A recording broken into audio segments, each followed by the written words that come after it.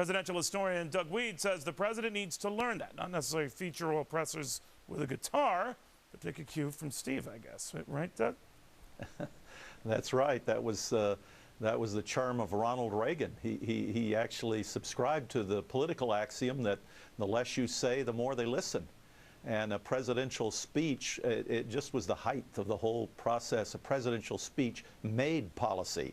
It didn't report on policy like a news reporter. It created the policy. So but to be fair, I thought of that. But to be fair to this president in this cycle, where you have 24-hour news channels and business channels, does he have the liberty to do what Ronald Reagan did, or not? Well, I don't know. Steve Jobs is able to do it. So you may be right. You may be right on the money. There's a lot of changes going on, and it may be that they know what they're doing. They're trying to do something different. I haven't figured it out. It could be hubris. It could be somebody's asleep at the wheel. But traditionally speaking, presidential speeches, Kennedy, Nixon was very effective. Clinton was, and Reagan, and creating the event. He's given this speech 5 times. This is the 5th time he's told us we're ending the war in Iraq. And if he gave it once and equated it with the policy, right at that moment he announced the troop withdrawal, that would be big news. That would be, people would stop at the mall, look over their shoulders, what's going on? The president's given a speech, so what? He's ending the war in Iraq.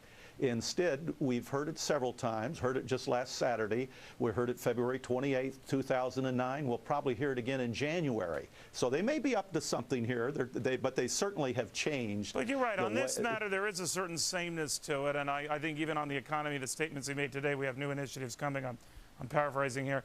But it's the same old, nothing new. But when I was thinking about it, Doug, very few presidents do announce something startling, save maybe Lyndon Johnson comes to mind in 1968, where right at the end of his speech he said, I'm not running for re-election. I will not accept my party's nomination for another term as your president.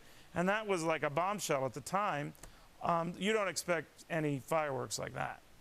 Doesn't seem like it. And in fact, I've wondered too, Neil, if there's a new wrinkle here, because having worked in the White House, things seldom happen by chance. And I've wondered if the president's hiding in plain sight, because he hasn't given a lot of press conferences, and he almost promised that there'd be a press conference a month. He talked about that during his campaign and implied that George W. Bush was negligent for going that long 204 days without a press conference. But he broke that record himself. And I'll bet if you polled the American people, they would say he's very accessible. I mean, he's on the Jay Leno show. He's all over the place giving speeches. Right. But the fact is, he has given fewer press conferences, and so there really isn't that transparency. So here he is hiding in plain view, but not accessible to the hard questions that the White House press corps would give him. All right. Doug, thank you very much. Doug Wead, presidential historian. Speaking of which,